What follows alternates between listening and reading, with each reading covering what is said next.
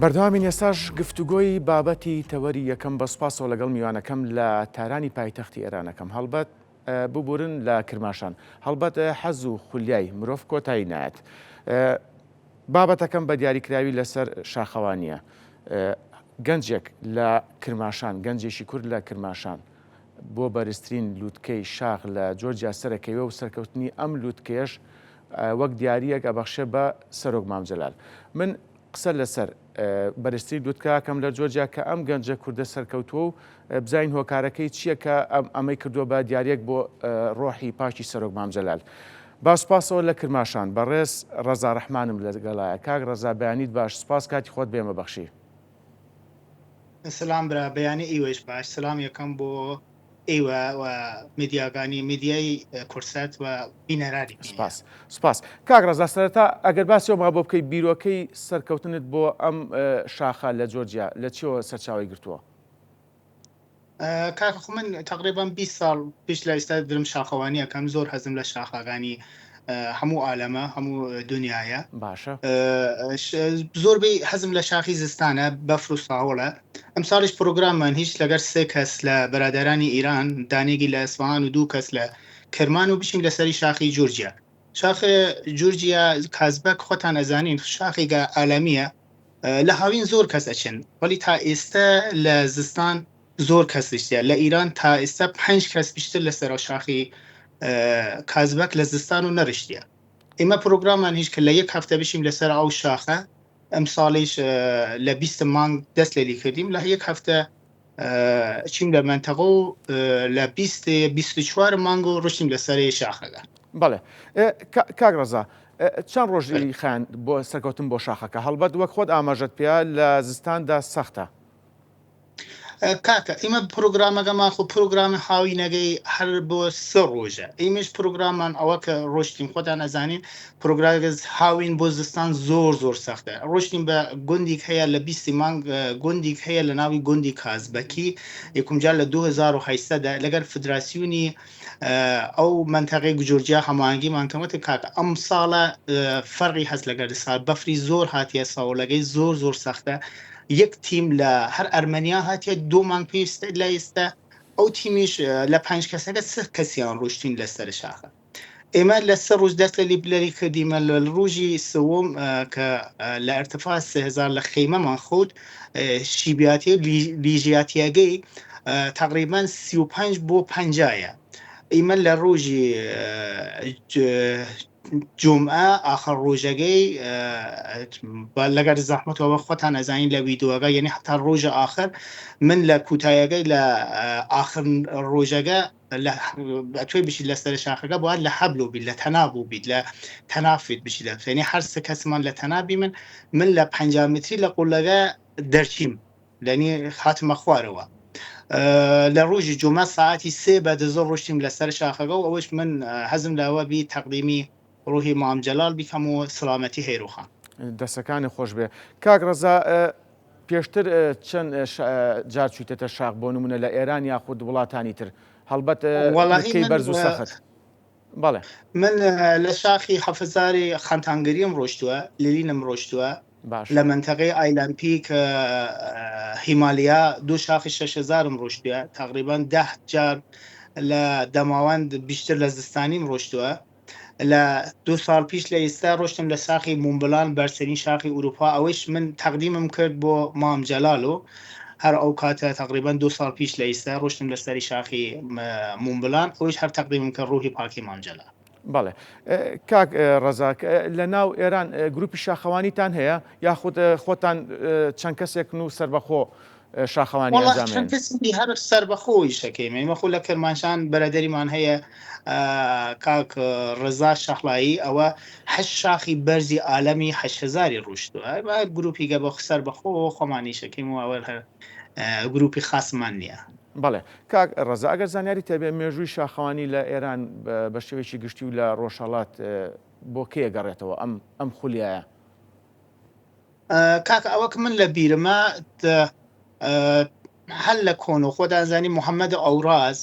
خەرکی کورد و عالەمیە، ئەوە لە کۆن و لە تقریبا 20 سال پیش کە یەکمجار ڕۆشتی لەسەر شاخی ئەوەرستۆ ئەو کوردە محەممەد ئەورازێکی لەو نەفراتەبی کە یەکم جار ڕیشت لەسەر شاخی ئەورستۆ کە عالەمی کرد تقریبان 10-15 ساڵە شاخەوەنی لە ئیران و لە سوورەتە حرفی ئەچن بۆ شاخە بەرزەکانە عالەمی دنیا ئێمە تا ئێستا یەک کەسمان هەیە کە لە ئیران ئەوەیش خەڵکی تەبریزە هەموو 14 هزاریاگانی عالەمی ڕۆشتیوە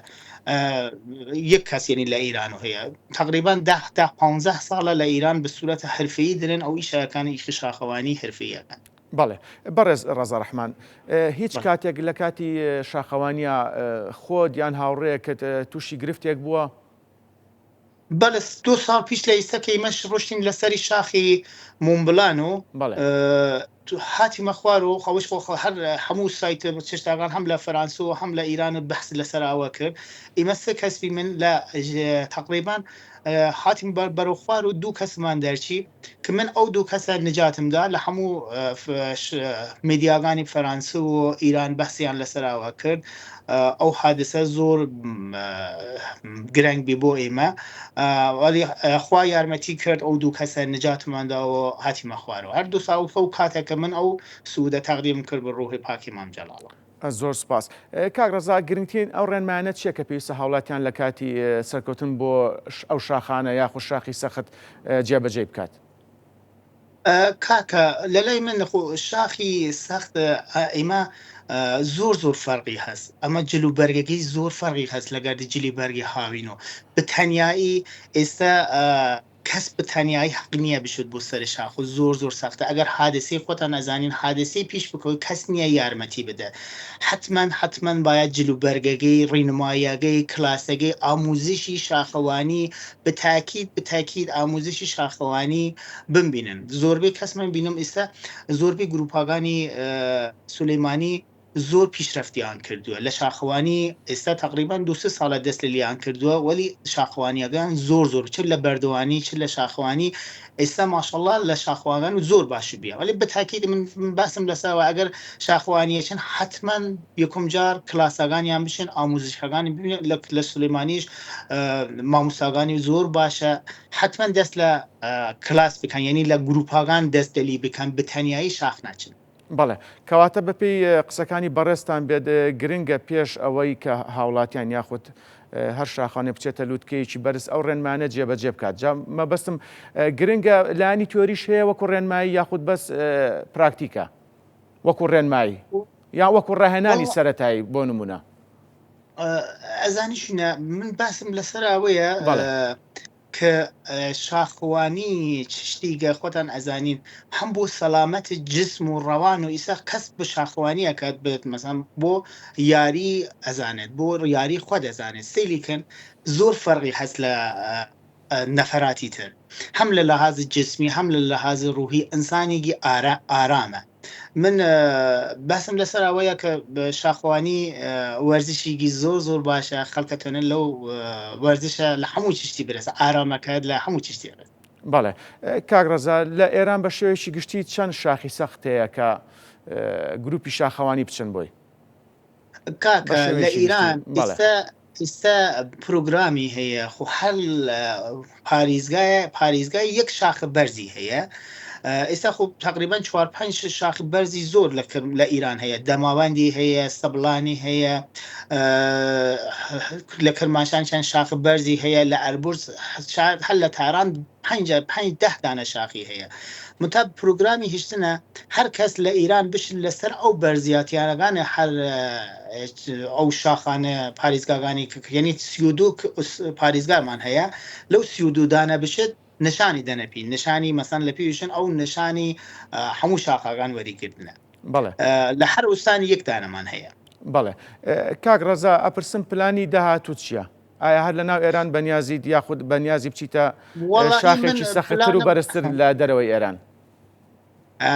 مامۆستا من قسەی لەسەرەوە کام خۆ دەزانێت ئێستا خەڵک من جارجاری ساڵی پیش لە ئێستەیش ئەوە کە تەقدیمم کرد بۆ مام جەلال زۆر لە مدیانەکان باسییان لاوە کردوین کە ئەو ڕزا کوردی کرمانشانە پارەی وەرگردو و قسەی کردو من هەزم لەسەرەوەی ئەگەر ئەجازە بدەین لەسەرەوە قسەی بکەم و پرۆگرامەکەم بشم لە خزمەت بێ. فەرموو. من کاتێک منداڵ بیم تقریبا 9 ساڵم 9 ساڵ بۆ 10 ساڵم بی ئەو کاتە من ئەگەر سەرچی بکەین باوکم یەکم ڕۆژنامە نوویسی کرمانشان بی کاتی شەڕی باس مام جەلال و کەسوکاری و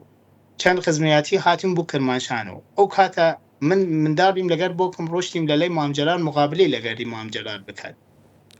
مام جەلال وەکو هەر باوکو شکلاتی دابوومن و ناوازشم کردەوە ئەو کاتە هیچ شار لە بیرم ناچێت یعنی ئەو ناوازشی کە لەگەر لە من کرد و ئەو حرمەتی کە لە من هیچ کار لە وەکو باوکو خۆم ئەو قسەی کە ئەکەنشون مام جەلال لەگەر منداڵبی لەگەر سیاستمەدار بی لەگەر هەموو کەس وەکو خۆی قسە کردیا بۆ من ئەوە ثابت و بی ئەو کاتە لەو کاتە تا ئێستا من حەزم لە مام جەلال و هەیرۆخان و خزم و خزمەتی ئەو ئیشیش کە من کردمە بۆ سەر خۆم تا ئێستا کەس پارێن قسەی بکە کە ڕزای ڕەحمەتیان 1 ریال یا 1 دیناری لە کەس پارەی وەرگردووە بۆ خۆم بۆ هەزی خۆم بۆ عشقی خۆم ئەوە کەم پرۆگرامەکەیش ئەوەمە کە ئینشاڵڵا لە ساڵی داهاتوو ڕسمی مام جەلال بیوە من لەسەری شاخی ئەوەرست و یعنی بەرزترین شاخە عالەم ئەوە پرۆگرامی منە ئارزومیش ئەوەیە ئەو ئیشیش ئەکەم ئێمەش بە هیوان کەواتە کاک ڕەزا ئەم یادەوەری کە باست کرد یادەوەری مناڵی ئەمە کاریگەری هەبووە لەسەر ئەوەی کە تۆ کە ئەم سەرکەوتنت بۆ بەرزترین لووتکە لە جۆرجیا بکەی بە دیاری بۆ ڕۆحی سەرۆک مام جەلال بەڵێ ئەوە سە جارە ئەوە یەکەم بیخواتم خو یەکم جار 2 ساڵ پیش لە ئیستادی لە شاخی مونبلانم کرد ویددیوگانیش کە هەر لە لای خۆتانیش بلاوبی یەک جاریش بردم لە بەرزیاتی دەماوەند و بەرزترین شاخی ئیرانم کرد بەس ئەوە سەوم جارە بم بۆ جۆرجیاوش ئەوش هەر ئەدامەدەم کەسیش هەر قسەیە کات بۆ من هیچ نییە چون ئەوە بۆ ئیشە خۆمەکەم بۆ عشقی خۆمەخەم بۆ دلی خۆمەخەم بڵێ کاک ڕەزا ئەپرسم هیچ شاخێکی سەختان لە کوردستان بەسەر کردوتە چوون بۆ ئەو شاخە سەختانە بۆ نمونە لە ڕۆژهەڵات بێ یاخود لە باکوور بێ بۆ نمونە من کاکە لە کوردستان لەگەر بەرادەرانی شاخوانی زۆر هەوڕیم زۆر هاتمە لە پیرمەگرون زۆر ڕۆشتمە لەگەر بەرادەرانی شاخوانی سولەیمانی زۆربیان هەوڕیم هاتوچین زۆرە لەگەریانەکەم بەڵێ کاتە کاک ڕەزا من دوا پرسیارت ئاراستاکەم بە شێوەیەکی گشتی پەیوەندی لەگە گروپە شاخەوانیەکان چۆنە چ لە ڕۆژ ئاوا بێە لە باکوور بێە لە باشووری کوردستان بێت زۆرماهنجیتان هەیە بەڵێ زۆر باشم زانی هەر جار هاتم بۆ کوردستان لە سولەیمانی ئەو نە ڕیز و احترامیان هەیە ئەو نە بەرادەرانی زۆر باشن من هەر جار هاتیم زۆر ریز و احترامیان هەیە هەموو جار لەگەریانە چمە لەسەر شاخ و ئەوانش هەتێن بۆ ئێران و هەر جار هاتن من لە خزمەتیانەوە و هەر ئیشیاتوانم بۆیانەکەم بەڵێ کاک ڕەزا ڕێنمایت چیە بۆ ئەو کەسانی کە خولیای شاخەوانیان هەیە بەڵام ئەزمونیان نییە لە سەرەتان لە قۆناغی سەرەتان هەڵبەت ئەمەش هەستیار و گرنگە کاکە من قسە شاخەوانی زۆر فەرقی هەست ڕشتاگانی زۆر فەرقیە شاخوانی دانێ هەیە بەردەوانیە شاخوانی دانێ هەیە کوپەیماییە دانێگی هەیە ساهۆڵە دانێ هەیە ئەچن بۆ چی لە پێشین مە قار لە پیش نازانێت چی لە پێشین زۆر چشتاگانی جیوازە من باسم لەسەرەوە هەر کەس ئەتوانێت حەزی لە شاخەوانیە یەکم جار دەست لە گروپاگان بکات یعنی یەکم جار ناونویسی لە گروپاگان بیکات کە ڕینەمایی بکەن ئەوە کە مامۆستای هەیە ئەگەر مامۆستای نییە یعنی مامۆستای قانونی نییە لەلایەن شاخەوانی نەکات لە کوردستان ئێستا زۆر گروپی باشی هەیە زۆر شاخەوانی باشی هەیە ئەگەر کەسە تۆ شاخوانی بکە یەکم جار لە گروپ باشاگان شاخوانی بکە گروپاگان بزانە چەند گروپە بش لاوە ناونویسی بکات لەو گروپە دەستری بکات نە بە تەنایی بشێت نە لەگەر گروپی بشێت کە ناونیشانی نییە نا یا مەسەن لەگەر چەند کەس بەرادەر بشێت هەر لە یەکم جار خۆیان بشن بە شاخ الحەمدولیلا لە سولەیمانی زۆر پیشرفتی کردیە لە بەس شاخەوانی زۆر باش و بیە هەر کەس ئەتوێت شروع بکات یەکم جار لە گروپ شاخەوانیە بەڵێ بەڕێز ڕەزا ڕەحمان لە کرماشان زۆر سپاس کە ڕاستەخۆ لەگەڵمان بووی سەرکەوتو بنوەکەمیشە